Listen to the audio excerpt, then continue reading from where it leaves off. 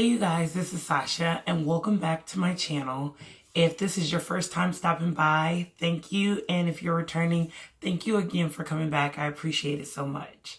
So this is literally like my 6th or 7th time recording this video, but because of accountability, I was determined to keep going until I got it right. So just bear with me. This will not be a long video, but I wanted to make sure I give you a week 5 update. So if you're interested, please stay tuned. So first and foremost, I want to just preface the fact that I'm not a doctor. I'm not a nutritionist. I'm just a working mom and wife with 3 children, one baby that passed away, and 2 little boys. And I'm just trying to live my healthiest and best life. So last week I had some struggles, more than I did today. But I had some struggles with my eating. Of course, it was the Super Bowl and all that fun stuff. But the biggest thing that I found was just having difficulty with craving still and trying to get my physical activity back up and work on my nutrition. So let's start with the nutrition. So the idea for me, after having like cheat, Five Guys and things like that around the Super Bowl, was to make sure that I continued to try the apple cider vinegar, which was helpful, but I felt like it didn't address the underlying issues of my digestive system, and I've talked about that previously. So I've eaten a lot of fiber because I follow a ketogenic lifestyle, but sometimes I feel like it really was not helping with the amount of water retention I was still having and bloat and discomfort.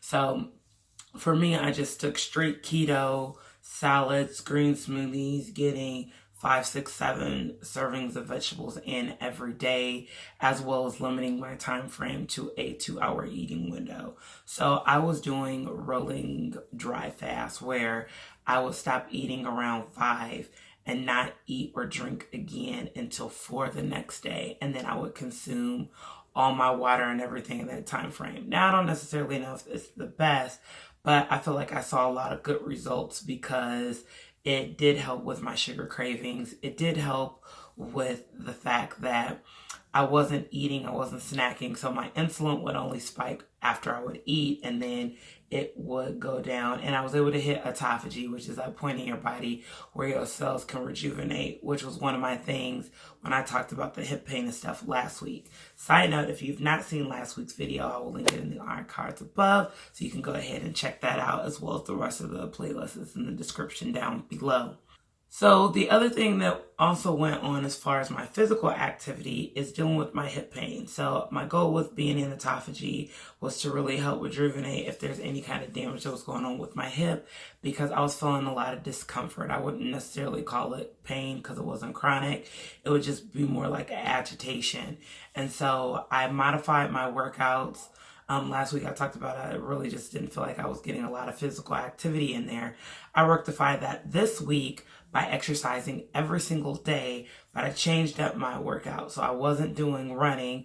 I would walk on the treadmill like a 3.7 miles per hour at an incline with dumbbells, so that I would do more resistant, more hip style workouts like lateral raises and bicep curls and stuff while walking on an incline. So I would still get cardio exercise in there, of course, but I definitely felt like it was more resistance type training. Also tried some pop sugar hit workouts, which were pretty fun. You can find those here on YouTube. As well as, of course, I stuck with my Zumba. You can never go wrong there. So that felt pretty good.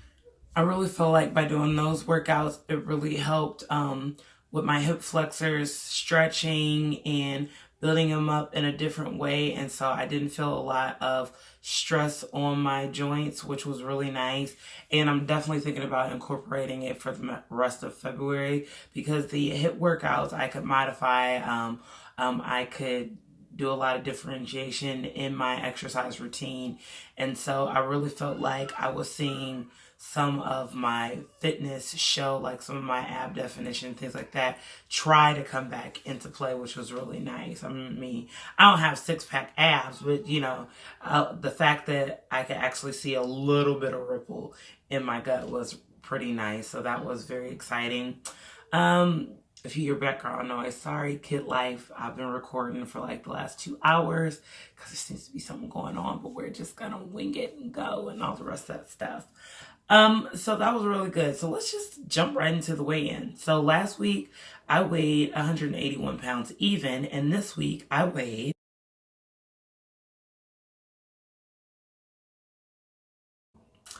178 pounds. That is a total of 99 pounds lost since I started.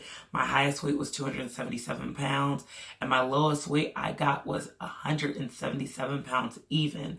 So I am looking forward to when that scale says 176.8 or lower, because it will be a new low for me, and I know it's coming soon. I just got to stay on my grind and stay consistent. I did end up developing a hemorrhoid. I never had one, so I really didn't know what it was. I don't know if that was due to the apple cider vinegar. So I took the apple cider vinegar for about a week and a half, and I do feel like that helped aid with my digestion. But I think I'm going to go to the doctor this week just to see what's going on, because I feel like my digestive tract and everything hasn't been right since, my first pregnancy back in 2015. And I've mentioned that before in previous videos, that when you feel something's off in your body, and my goal is for overall health. Like, I do my wellness checks, I do things like that. And so I really just want to be able to hit my goals. So if there are any underlying medical conditions that I should be concerned about, I'd rather address them up front than to wait. And I would encourage that to anybody. People ask me questions or DM me all the time about how I started. I really just made modifications. And just observe what I was eating. I was eating like 5,000 calories in a day. And so I would cut that down to 4 and then 3 and then, dial it back. And then, okay, now that I feel like I'm in a comfortable range, making sure that I add more vegetables instead of starches and carbs and things like that. So I feel like it's a work in progress. Like, it wasn't one thing that led me to this point. It was the more I got to know myself and how I ate and how I physically was able to move and do. I modified that constantly, and I'm still doing the same thing, 17 months later. So I just want to tell people to be encouraged, because this is a lifestyle change. This is a marathon. I want to do this for the rest of my life. So it's definitely not a sprint. Hurry up and lose weight, and then don't address the other issues, because I know there's issues. If there wasn't issues, I wouldn't have got almost to 300 pounds. That's how I look at it. So, anywho, my goals for this week are to, again, keep cleaning up my diet, keep dry fasting. I hope to hit a new personal record.